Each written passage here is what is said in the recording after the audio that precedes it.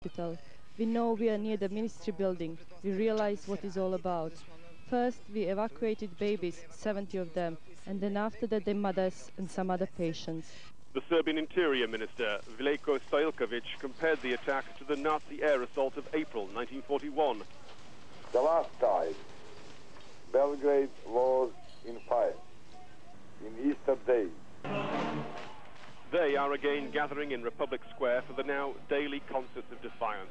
Today will be the biggest, the loudest, and the most bitter so far. But these people know there are still more targets in the centre and that NATO will have gained confidence in its ability to hit them.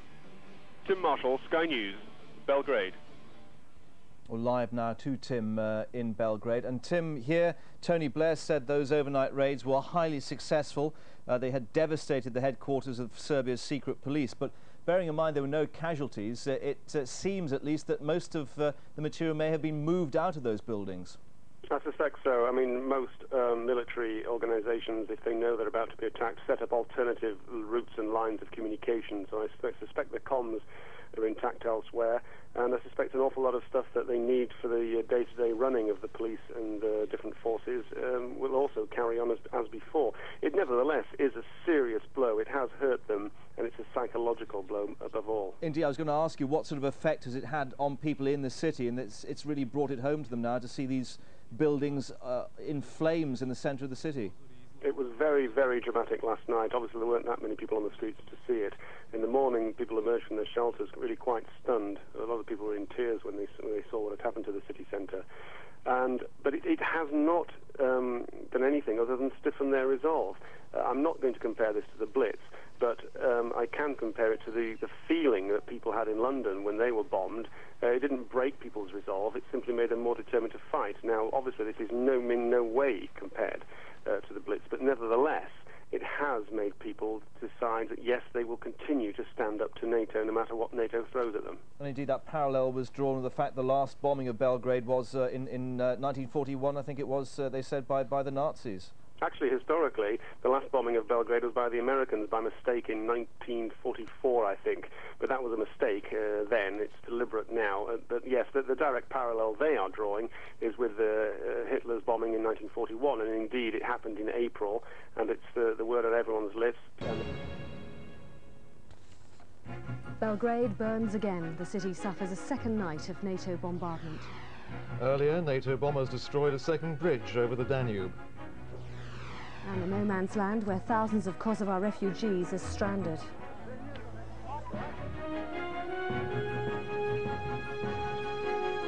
Sky News Sunrise with Alan King and Paula Fennick. Good morning, you're watching Sunrise on Sky News. It is Sunday, the 4th of April. And we have continuing coverage of the crisis in Yugoslavia and the main developments this morning. NATO forces have launched what are thought to be their most damaging raids yet. Targets across Serbia have been hit, including an industrial site in the capital, Belgrade, and a second major bridge across the Danube in Novi Sad has been destroyed.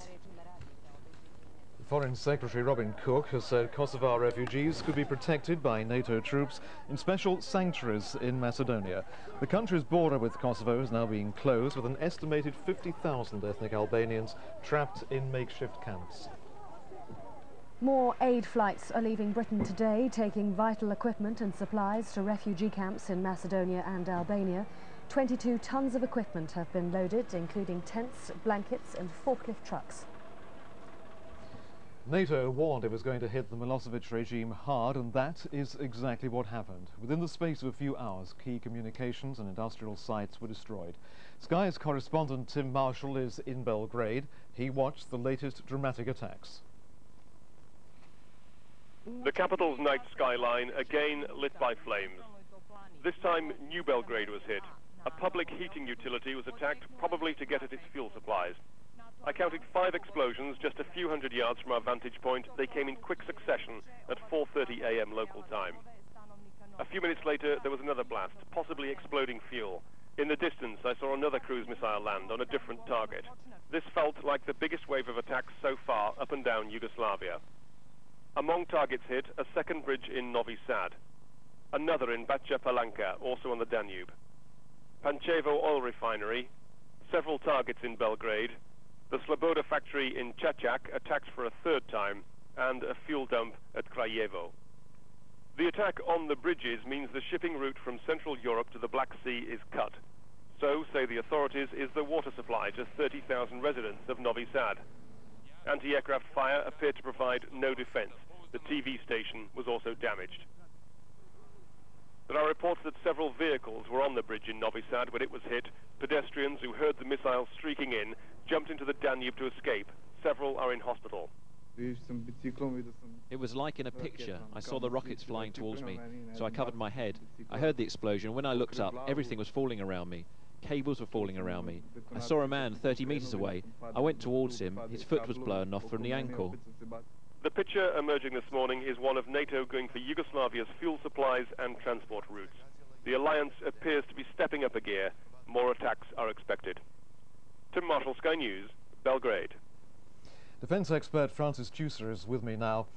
Francis, we had some days of missions returning and not a lot happening. Suddenly we have all this. What's changed? Well, certainly we have seen bombers like the B-1 in full-scale operation.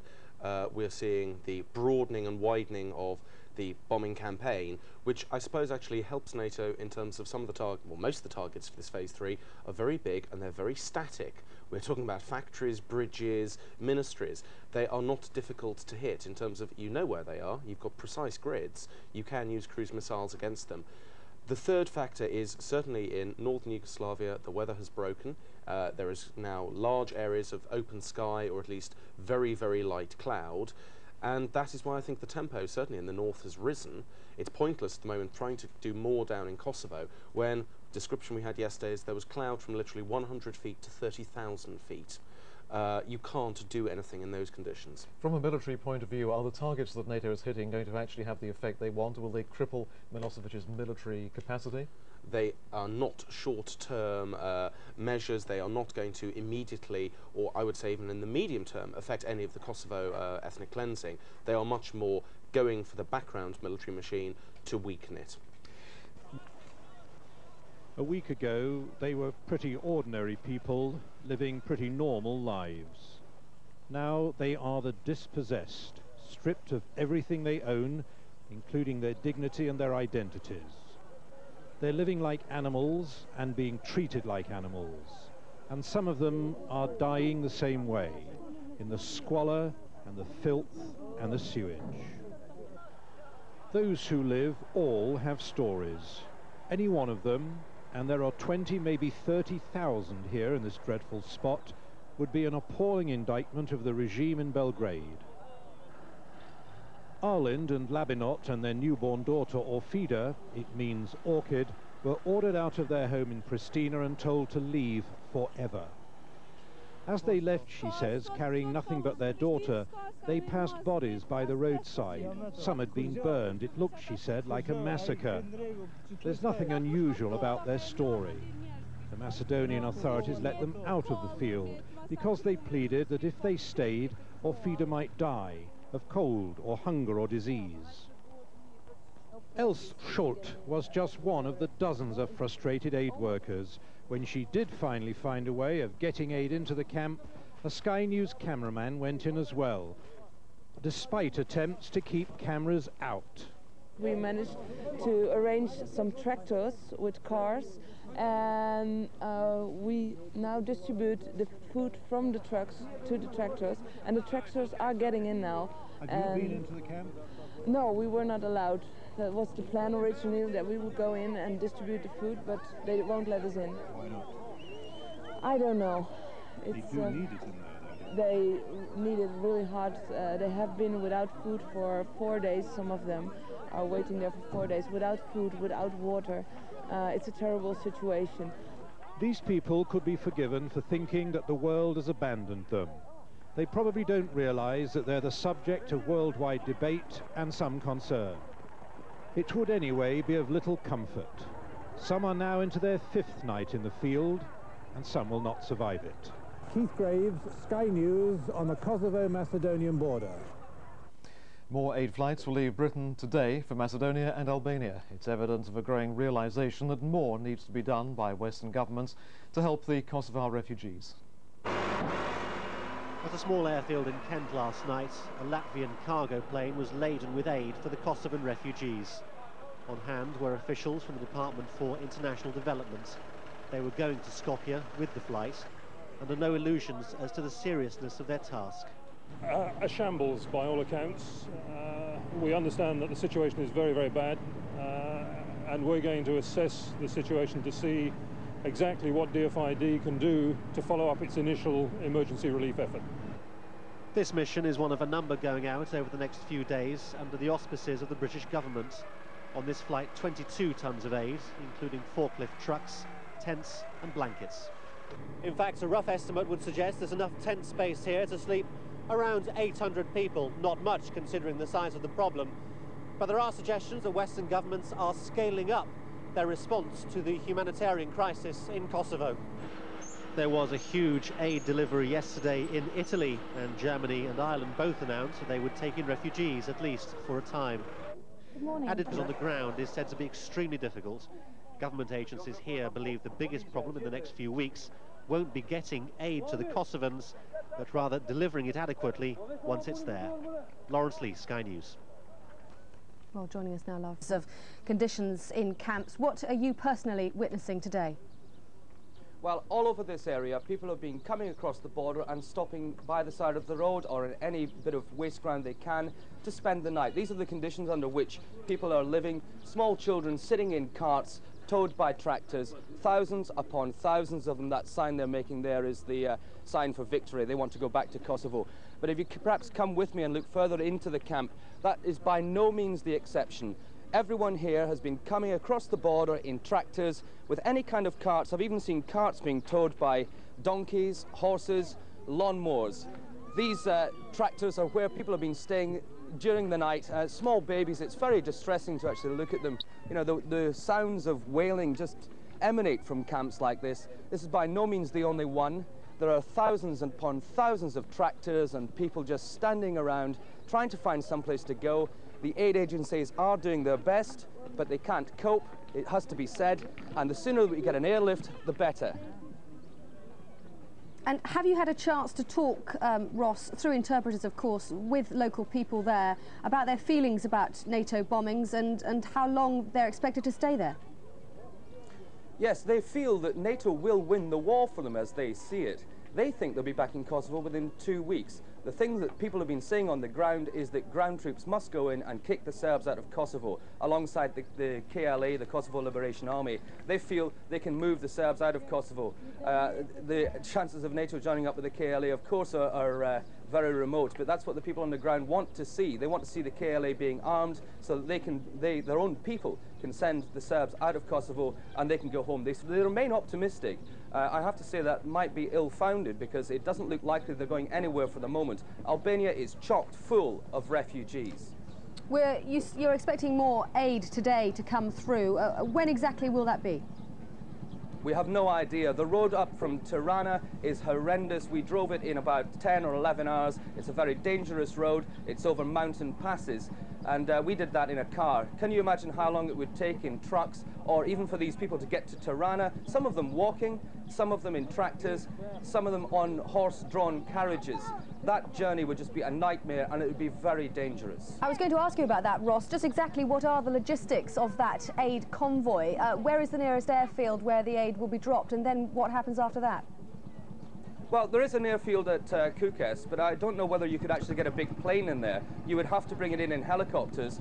Being so close to Serb positions, that might be very dangerous. Of course, NATO experts will know a lot more about that than me, and I'm sure that they could find a way of clearing a path for helicopters. But the feeling on the ground here among the aid agencies is that helicopters, big helicopters, are the only way of getting aid into this region.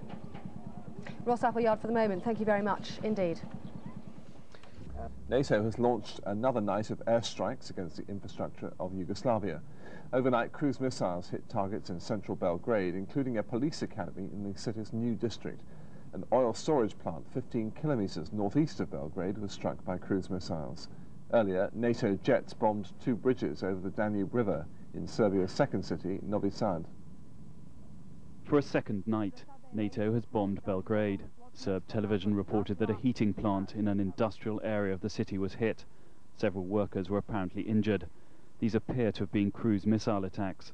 During the night, volleys of missiles were reportedly launched from NATO vessels in the Adriatic. Targets outside Belgrade also seem to have been struck.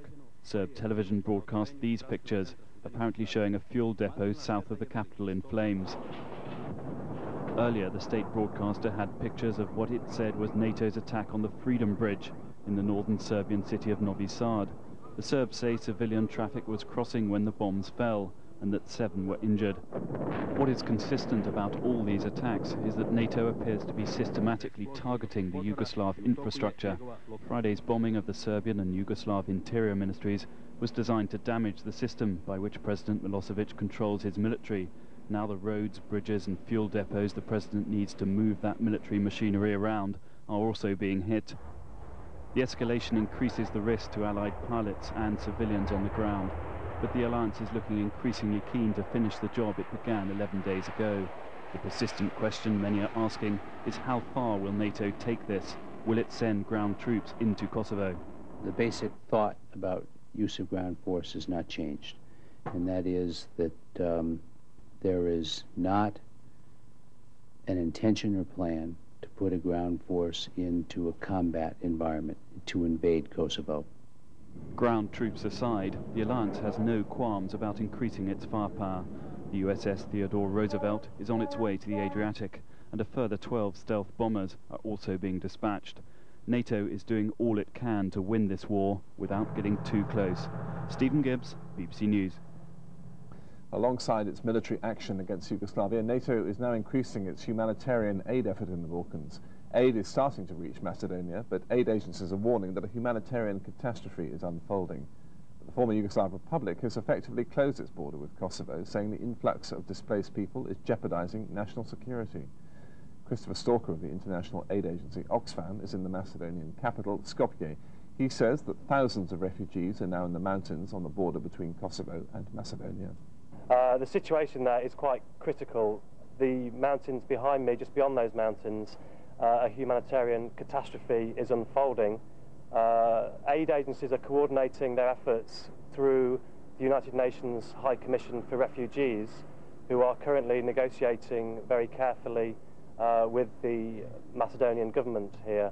As far as Oxfam is concerned, we brought in on Friday a significant amount of water and sanitation equipment, which we aim to get up to the border area just as quickly as possible. How much cooperation are you receiving from the Macedonian government?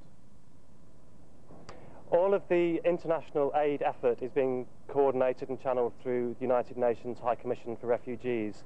It is they who are in detailed negotiations with the Macedonian government. What we're concerned about, though, is the condition of those refugees that are arriving over the border from Kosovo. Figures of up to 50,000 people at least on this side of the border, not counting those still stranded on the other side of the border, on the Kosovan side, and those people contained what's claimed to be the first documentary evidence of atrocities by Serb forces inside Kosovo. It's a video which appears to show the aftermath of a Serb operation against one village. The man who gave them to us said he was in the village of Kruše Made when it was attacked by Serb militia. He escaped and spent 5 days in hiding before returning to the village with a video camera. The horrific footage showing the bodies of villagers, many shot in the head, appears to confirm the testimony of the thousands of refugees who are still pouring out of Kosovo. In the last few days, 1,000 words have been used to describe what's happening inside Kosovo. Refugees have been asked to separate fact from hearsay, rumour from detail. They've had to recall scenes they'd sooner forget. In an act of extraordinary courage, this man, Melaim Belamika, has smuggled out pictures of the terror across the border. To have been caught with the videotape you're about to see would have meant certain death. Melaim lived in the village of Kruše Made, his birthplace. On the night of the 25th of March, the village was surrounded by Serb forces. Women, children and the aged were taken away. A group of men tried to escape. They didn't get very far. Most of the pictures are even more gruesome than these. Many were obviously killed with a single bullet to the head. Melaim says over 100 died when the Serb forces shelled the area. He couldn't count them all. Milaim hid for 7 days before he took these pictures. They were killed one by one. A group of Serbs were on the top of the hill. Others came from behind. Our men were captured and the Serbs killed them one after the other. All these victims look like young men. Were they members of the Kosovo Liberation Army? They were all my age. No one was in the KLA. We were all farmers. This was murder most intimate. The killers knew some of the villagers, calling them out by name. There were more than 100 soldiers. Some of the Serbs had masks. Others were in uniform. Some were from the area, even known to the community. Why did you... Milaim has given me a list of 26 victims, people he knew well, many from their days as classmates. I've done this so that my son, my grandson, the next generation, will never forget what the Serbs have done to the Albanian people. As the evidence of calculated terror mounts up, the diplomats must surely adjust their notion of Kosovo's future status. It's inconceivable that these people will ever go back to a Kosovo that has any formal relationship with Serbia. An international protectorate is more likely. George Alagaya, BBC News, Kukes in northern Albania. Our correspondent last night told Serb dictator Slobodan Milosevic to prepare for war without end.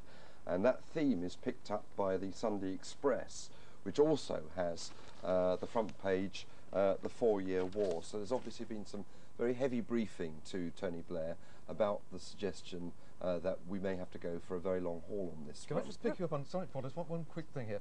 As Paul and I were talking about this earlier, we are referring to this man as the Serb dictator. Yet a Serbian guest we had on the programme earlier insists he's a democratically elected leader. How do you split the difference here? Well, the newspapers, particularly the tabloids, have no doubt that he is a dictator and he's a tyrant. There's no democratically elected leader so far as any of the newspapers are concerned. They're completely united. They're absolutely united on one point. And going on to the Observer then, big coverage, fairly extensive coverage inside, referring to NATO becoming increasingly unpopular about its tactics. That's right, Paula. There is a considerable amount of comment. In Stadt Jugoslawiens wurde eine zerstört. Nach serbischen Angaben sollen mehrere Zivilisten schwer verletzt worden sein. Der internationale Schiffsverkehr auf der Donau ist seither blockiert. Auch das Zentrum Belgrads war wieder Ziel von schweren Luftangriffen. Das jugoslawische Staatsfernsehen zeigt Bilder von einem brennenden Heizkraftwerk. Weitere zivile Ziele sollen getroffen worden sein. Allein seit dem Beginn der Luftangriffe sind nach Angaben der NATO mehr als 300.000 Kosovo-Albaner vertrieben worden. Ihr Flüchtlingselend ist unvorstellbar. Um sich selbst ein Bild von der Not zu machen, will Bundesinnenminister Schily am Ostersonntag nach Albanien reisen. Nach seinem Bericht soll die Bundesregierung entscheiden, ob die deutsche Flüchtlingshilfe noch einmal verstärkt wird. Immer noch sind Tausende von Flüchtlingen auf den Beinen. Sie wollen raus, nach Albanien und nach Mazedonien. Auch die jugoslawische Teilrepublik Montenegro verspricht Hoffnung. Doch die Nachbarstaaten sind überfordert. Sie rufen das Ausland zu Hilfe. Mazedonien will seine Grenzen dicht machen. In dieses Tal bei Blace im Norden Mazedoniens haben sie sich gerettet. Mehr als 50.000 Menschen aus dem Kosovo nach tagelanger anstrengender Flucht. Unter freiem Himmel kampieren sie hier bei Regen und Kälte. Das internationale Rote Kreuz und Helfer aus der Region versuchen, die Not zu lindern. Aber es fehlt an allem. Lebensmittel, Medikamente, Waschgelegenheit, Toiletten. Es gibt hier alle möglichen Infektionskrankheiten und die Leute brechen zusammen, aus Erschöpfung und weil sie nicht genug essen. Sie werden krank bei diesem Wetter.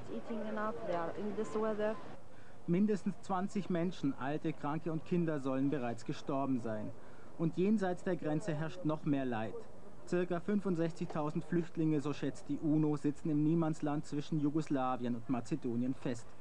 12.000 Soldaten will die Regierung in Skopje jetzt an die Grenze schicken. Sie sollen den Flüchtlingsstrom aufhalten. Auch in Albanien wird die Situation immer dramatischer, besonders in der bergigen Grenzregion, wo rund 10.000 Flüchtlinge pro Tag ins Land strömen. Die Menschen hier leiden nicht nur körperlich, viele stehen noch unter dem Schock der Vertreibung durch die Serben. Sie sind wie Tiere, das können sie nicht tun, das kann man Menschen nicht antun. Auch hier schweben viele in Lebensgefahr. Verwundete und schwangere Frauen brauchen dringend medizinische Versorgung. Sie haben noch weniger Hoffnung als an anderen Orten, denn die Bergregion ist für Hilfslieferungen kaum zugänglich. Of Novi Sad. Anti-aircraft fire appeared to provide no defense. The TV station was also damaged. There are reports that several vehicles were on the bridge in Novi Sad when it was hit. Pedestrians who heard the missiles streaking in jumped into the Danube to escape. Several are in hospital. It was like in a picture. I saw the rockets flying towards me, so I covered my head. I heard the explosion. When I looked up, everything was falling around me. Cables were falling around me. I saw a man 30 meters away. I went towards him. His foot was blown off from the ankle. The picture emerging this morning is one of NATO going for Yugoslavia's fuel supplies and transport routes. The alliance appears to be stepping up a gear. More attacks are expected. Tim Marshall, Sky News, Belgrade. Well, joining us on the line now, and some of the pictures in this report disturbing. This is why the military onslaught on Yugoslavia is so urgent, NATO says. Pictures supplied by a Kosovar Albanian, which he said show evidence of a massacre. His fellow countrymen lying where they fell, each apparently dispatched with a single bullet to the head. Refugees turning up in Belgrade. Everybody runs away from NATO, not just us. We have to go somewhere because of air raids. What's happening in Kosovo today is that there is all-out war from the air on that region, in particular on the capital, Pristina, by the NATO bombing alliance. At the same time, there's all-out war on the ground between the KLA guerrillas and the security forces, and the KLA have ordered all Albanians to leave Kosovo. Whatever the reason, the humanitarian crisis has surprised the Allies in its sheer scale, they now admit. The Foreign Secretary today said he'd brokered a deal to set up a safe haven to allow those stranded at the closed Macedonian border to leave. I'm pleased to say that late last night the government of Macedonia approached our embassy to confirm that they were willing to set aside such an area just south of the border that should enable us to provide the shelter, the food, the emergency sanitation and supplies that these people need. Meanwhile, America... People here are beginning to wonder if this trail of misery will ever end. No one knows exactly how many refugees are now in Albania. The official figure is 204,000, but it could well be higher. Every one has a tale of brutality and misery. Every